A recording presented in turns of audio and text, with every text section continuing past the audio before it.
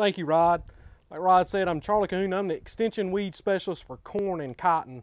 And today just wanted to talk about a few of the issues that we see across the state in corn weed management, and then some more specific to what y'all deal with here in the Blacklands.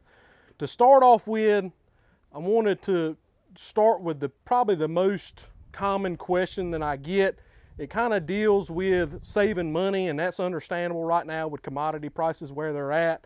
You're trying to save money as in many places as you can. From my standpoint, that most common question is, how can I do a one-pass program in corn? So I want to save trips across the field, or I'm planting wide open. You know, I don't have time to do a pre. You know, I might do a burn down, but I just want to do a one-pass program, get my weeds in one pass, and not have to worry about it for the rest of the season. Unfortunately, that is very, very difficult to do, and I'm not a proponent of it. I'm actually more in the camp of a pre followed by a post, especially because if you do a pre, you got more flexibility in what you do post-emergence. You can do, you can do as elaborate as you want post, or you can do something as simple as Roundup and atrazine for on the cheap, and you probably have good weed control for the rest of the season. But the thing that I want you to realize is when you do these one passes, you might be leaving some yield on the table that you don't realize. So I did this same trial last year looking at pre, no pre, and it's not something special. It's just bicep, atrazine, and dual, followed by a whole host of different post treatments. I had 12 different post treatments. Those are not important, but they kind of represent kind of the most popular post treatments in the state. Last year when I did this trial, I had a 13 bushel advantage where I put the pre followed by post. So just by putting that pre, I had a 13 bushel advantage. And I can tell you that 13 bushels will pay for a lot as elaborate a post application as you want to get. So it definitely saved us money. Now, what happened this past season? What happened around after about the first of May? 1st of May till right up to the end of May. It got hot and dry. So we haven't picked, we've been repeating the same trial this year, and we haven't harvested it yet, but I do have some representative ears from some of these plots. So this is kind of the pre followed by post. So this is bicep followed by 2,4-D Roundup and atrazine. That's about as complete in the trial as we got. So that's a pretty good program.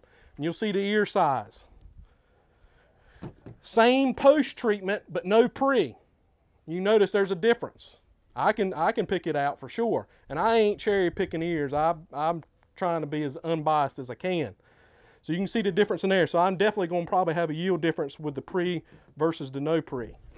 Then, guys, this is Roundup by itself. No pre followed by Roundup. That's what a lot of folks in this part of the world do because they don't have the resistant weeds. I can tell you, if we end up with some of these resistant weeds that Wes is probably talking about a little bit later, you know, this is what we're looking at if we just want to stay course and just do Roundup, Roundup, Roundup. So, and I'm not talking about competition with Palmer pigweed. The loss here is probably due to early season grass competition. Now, I got a lot of grass in my plots, but y'all, I know most of y'all are thinking, I've got grass out there. I'm not too worried about it. I'll clean it up with Roundup. But you might be losing something, and we probably saw a bigger difference this year where it turned dry in May because we didn't have that surplus moisture to kind of get us by with some of that early season competition. So again, pre followed by post, a lot more flexibility. Again, it is better from a resistance management standpoint because the fewer weeds that we have to control post-emergence means less selection pressure, meaning the less chance we have of selecting for that resistant individual in that population. Now, I'm going to segue into what I want to talk about. Mostly what I want to talk about here is residuals in the Blacklands. Traditionally, we've used a lot of acetochlor, which is rightfully so. It's about one of the only residuals that works in this part of the world. So something like harness. But I wanted to point out there's some big differences. When I went to NC State, in every class, for the 8 years I was there, in every class I was in, it was always, this applies to everybody except the Blacklands. This applies to everybody except the Blacklands. That's what I constantly heard. That is no different with these residual herbicides. Unfortunately, with these high organic soils, it brings a lot of challenges with trying to control things from a residual standpoint. So I've got some popular residuals. You know, The old yellow herbicides, the DNAs, Prowl, Treflan, they work in the blacklands. Yes or no? No. They are very tightly bound to organic matter. They'll work on this sandy loam soil I got from Clayton, but they're not going to work in the blacklands. How about the PPOs? Valor, Sharpen, you know, you can't use Reflex in corn, but I got Reflex because it's most recognizable. Residual in the blacklands. Very limited, tightly bound. Works on sands, not as good on the blacklands. How about the newest chemistry we have right now? The Callistos, the Laudis, the Caprinos, the Balance, the HPPD inhibitors.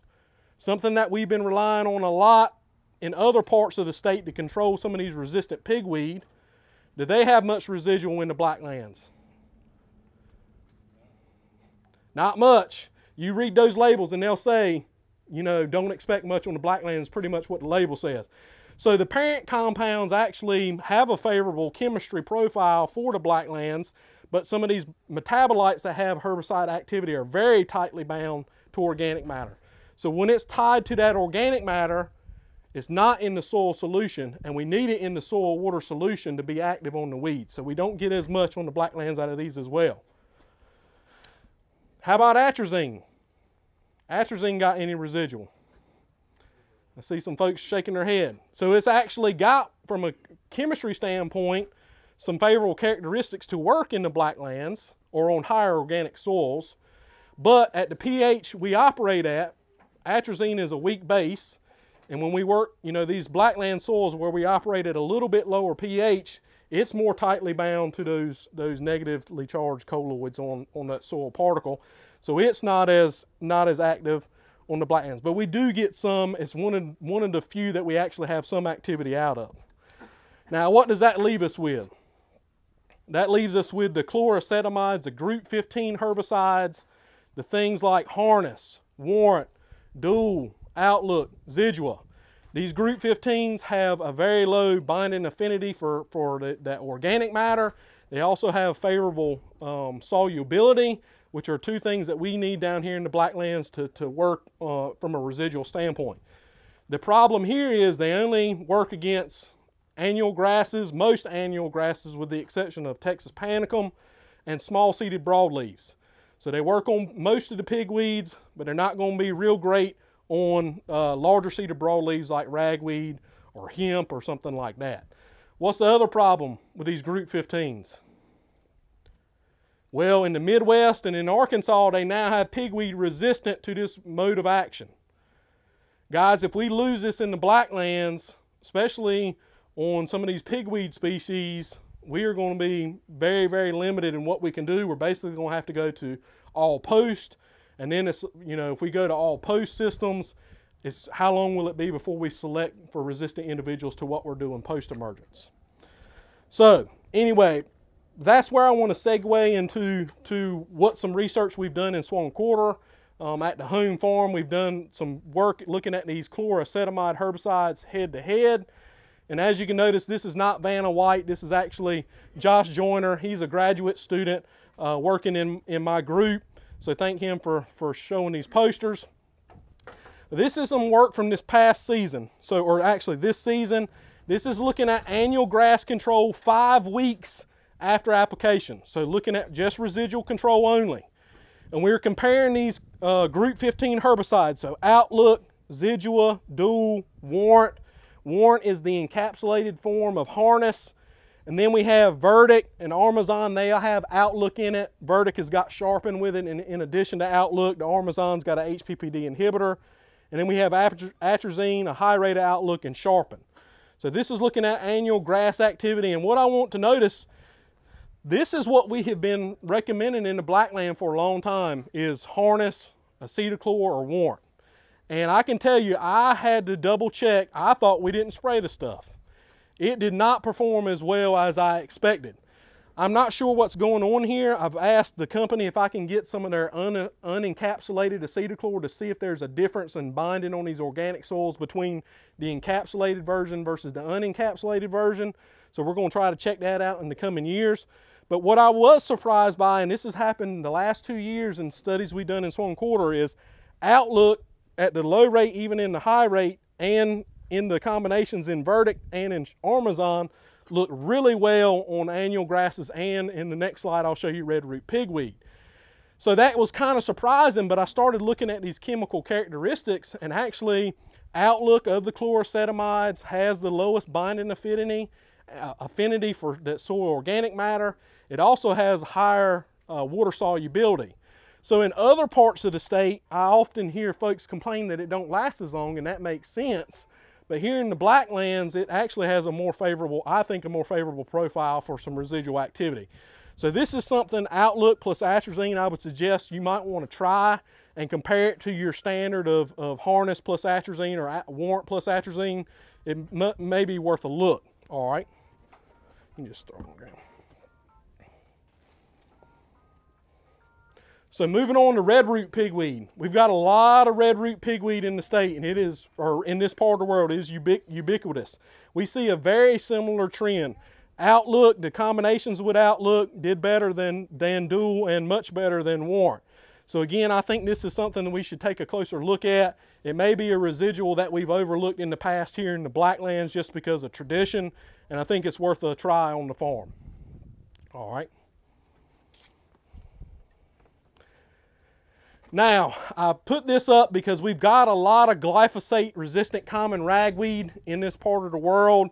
No exception at the home farm there. We've got a good population of common ragweed that we cannot kill with Roundup. How am I on time, Rod?